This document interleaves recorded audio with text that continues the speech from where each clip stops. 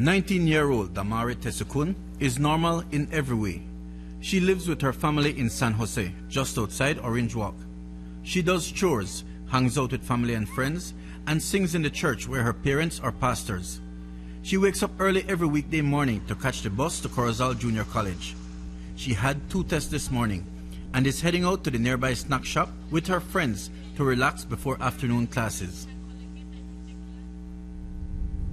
Almost 5 years ago, on August 6, 2010, Damari and her aunt were electrocuted when the antenna they were adjusting got caught in a high-tension wire. What I felt was something very that was going in my body, but then I felt stiff. I couldn't move. I felt like all my parts of my body was going to rip off. It was going to come out into pieces. That's how I felt it at that moment. I went unconscious. I really can't say for how long. I don't know for how long, but I woke up eventually. After some time, I woke up and I realized the commotion that was going on. I saw everyone there trying to help. Her aunt, her mother's only sister, died immediately. Damari, then only 14, received burns to over 40% of her body, the worst on her lower body and legs. She would have died were it not for the intervention of the Burn Victim Mercy Fund, an organization which facilitates the transfer of badly burned children to Shriners hospitals around the world. You have the more serious cases, the ones that are, third degree, second degree, extensive area of the body. And those children will either be at risk of dying or certainly of having very diminished quality of life. Yes. And those are the children that usually I will become involved with. Damari was immediately flown out by air ambulance to the Shriners Hospital for Children in Galveston, Texas, a journey which would save her life. I went into surgery every Monday, Wednesday, and Friday. That was the routine. They were trying to remove the infection I had. Here in Belize, they had amputated my leg right here above my knee. But the infection had been going up, and the doctors had said it is dangerous because I can eventually die. So what they kept doing is that they scraped all the dead skin I had, and until when eventually they decided, okay, well, there is no more infection here. She was in the intensive care unit for 1 month and 4 days, what seemed to her an eternity of excruciating pain as surgeons fought the infection raging through her body while grafting skin to cover badly burned areas. I had dead skin all over, especially on this wound I had. So the nurses, they had to put a tweezer in those holes to take off that dead skin. And every time they put that metal inside the wound I had, I felt electrocuted. Somehow I still felt it. It was the electricity was still in me. And any metal that touched me, I felt it. It was an electrocution all over again. The 5 weeks in the intensive care unit saved her life. It was followed by 3 months of therapy, of learning to walk again and to use muscles which had been badly damaged. Although I had those big wounds on my leg, my hand, every part of me, I still had to do therapy. I had to stand up.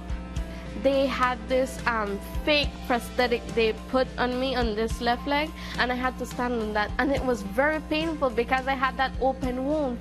And although I wasn't being electrocuted, I can still feel the electricity striking me over and over again. I felt that when I put my prosthetic, the part that had been removed was going backwards. And I felt I had to try to control this prosthetic, but also I had to control the other feeling I had.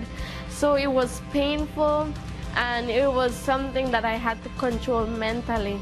So for me, that would be the most difficult part. Excruciating pain and challenges which would have broken many, yes.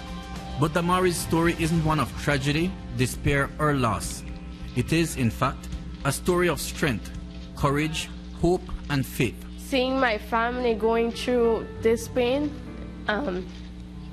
made me realize how important life is and how important being in a family is and the role of a mother and a father that takes place. I wanted to somehow take up that pain from them and just carry it myself.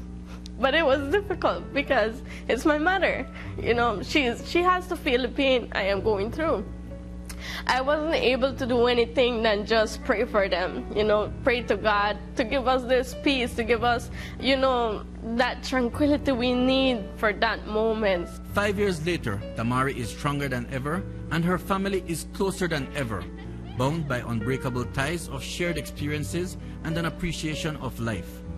This amazing young woman with the big, bright, beautiful smile turned overwhelming adversity into perhaps the greatest lesson of all. From now on, I need to appreciate more life, I need to appreciate more what God has given me, because life is a gift. Life is something that we cannot pay. We can't say, I'm going to give you $1 million and you're going to have one day of life. It's not like that. What kept me strong was the faith I have and the hope to see her get back again. And her, she made me strong. As a matter of fact, she was the one that made me strong. She would always say, Mommy, God is in control and He has a purpose. And I said, I believe it. And she's always talking positive, and I said, if she can be strong, I can be strong as well. See, I'm able to walk again.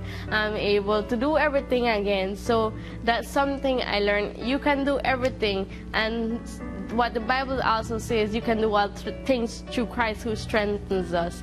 So never say you can't. You can. That's what I've learned through all of this time.